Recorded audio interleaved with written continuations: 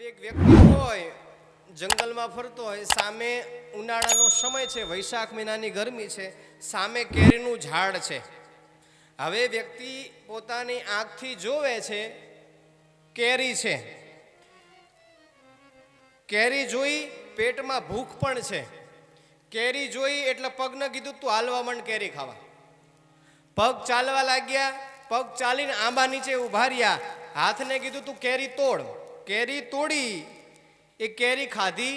દાંતને કીધું તું દાંતથી તોડ, દાંતથી તૂટી, જીભને સ્વાદ આવ્યો, એ કેરી ગઈ પેટમાં. હવે આ કેરી ખાતા ખાતા જેની વાડી છે એનો માલિક અહીંયા આવી ગયો અને એને જોયું કે આ વ્યક્તિએ મારા આંબાની કેરી તોડી, કેરી ખાધી. એટલે એમ કીધું કેમ તે કેરી તોડી? હાથમાં લાકડી છે, કેરી ખાધી, લાકડી ક્યાં મારી? વહામાં. આંસુ ક્યાંથી આવ્યા? આંખમાંથી. જોઈતી કોને? આંખે જોઈતી ને. આંખે જોઈને આંખમાંથી પાણી આવ્યું, આંસુ આવ્યા. કહેવાનો અર્થ એ છે કે જે તમે જોવો છો ને એ જ પાછું તમારી પાસે આવવાનું છે. હું તમે જે કર્મ કરશું ને એ કર્મનું ફળ નિશ્ચિત મળવાનું છે.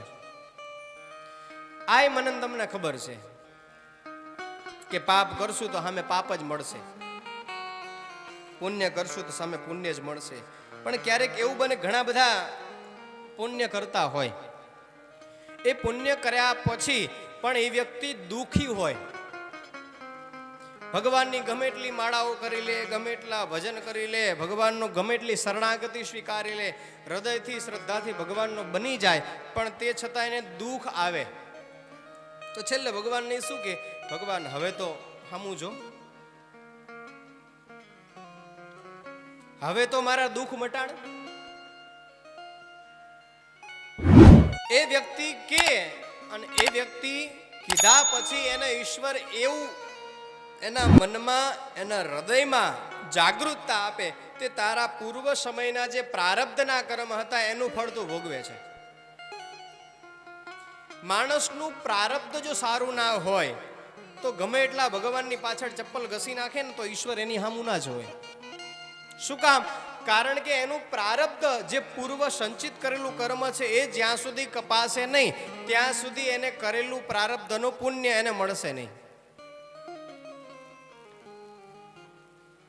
કારણ કે માણસ દુઃખી થવાનું કારણ એ જ છે કે કારણ કે છે ને ભગવાન છે ને મને તમને કોઈ દિવસ દુઃખ નથી આપતો, એટલું યાદ રાખજો.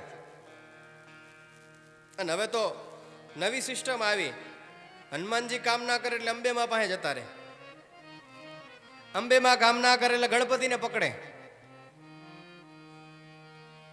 10 દિવસ અઠવાડિયું થયું, ગણપતિએ કામ ના કર્યું એટલે પાછા કૃષ્ણ જોડે આવે. કોઈ કે રામજીનું મંદિર સારું છે, અહીંયા પહોંચી જાવ તો પાછા ઈ મૂકીને રામ પાસે.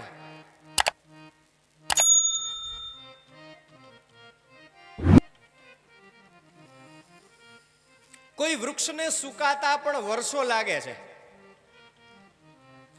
આંબા ઉપર કેરી આવવામાં પણ વાર લાગે છે, પણ માણસને બદલાવામાં એક ક્ષણ નથી લાગતી. 1 સેકન્ડ થાય. કારણ કે એ છે ને એ પોતાના વિચારની પોલિસી લઈને ફરે છે. વીમાની પોલિસી એ છે ને 3 વર્ષે, 5 વર્ષે, 10 વર્ષે, 15 વર્ષે આવે, પણ માણસ છે ને પોતાની વિચારની અને સ્વાર્થની પોલિસી લઈને ફરે, ક્યારે બદલાઈ જાય નક્કી નહીં. એમાં તો વીમો આપનાર ઈશ્વર પણ ડખે ચડે કે આને ક્યાં વીમો આપ્યો. મેં એને સંસારમાં મૂક્યો શું કામ? આ સંસારની અંદર માત્ર ને માત્ર પોતાના જીવનમાં એ એવા કર્મ કરવા માટે કે જે ભવિષ્યમાં એને ફરીને પાછો આ સંસારની અંદર આવે તો પણ ભગવાનમય રહે અને ના આવે તો પણ ભગવાનમય બને, એટલા માટે. પણ આપણે ક્યાં બુદ્ધિ ક્યાં વાપરીએ? ઓલું કહેવાય છે ને, બધું હારું પણ પાડોશી હારો મળવો જોઈએ. જો પાડોશી હારો ના મળે, કારણ કે છે ને પુણ્યથી છે ને, જો પુણ્યથી પાડોશી, પિતરાઈ એટલે ભાઈ અને પત્ની, આ ત્રણેય પુણ્યથી જ મળે હો હારી. બાકી 40 વર્ષે લગ્ન કરે ને તો એમ કે આના કરતા એકલો હોત તો સારું હતું. 40 વર્ષ પછી ઘરવાળાને રોવડાવે, એની આંખમાંથી આંસુ આયા કરે. અને 40 વર્ષ પછી લગ્ન થાય ને તો એ ઘરમાં તો ના જ રહે, એ બહાર જ ફરતો હોય. કો કેમ કે 40 વર્ષે હંધાણું અને તું ઘરમાં તો રે, ઘરવાળીને હાચવ, વખાણ કર. બાપા એની સામે રહેવા જેવું જ નથી. બોલવાની તો વાત પછી.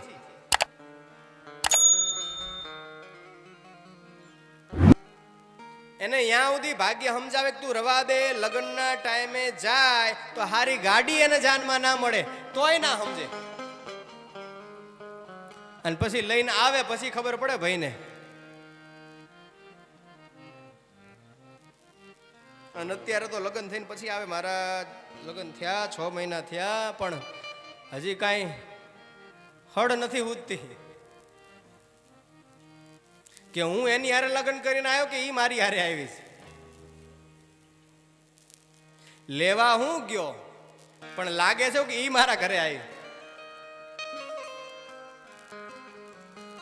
ખર્ચા મેં કર્યા, દોડીને હું ગયો. પછી એમ પૂછ્યું હોય ને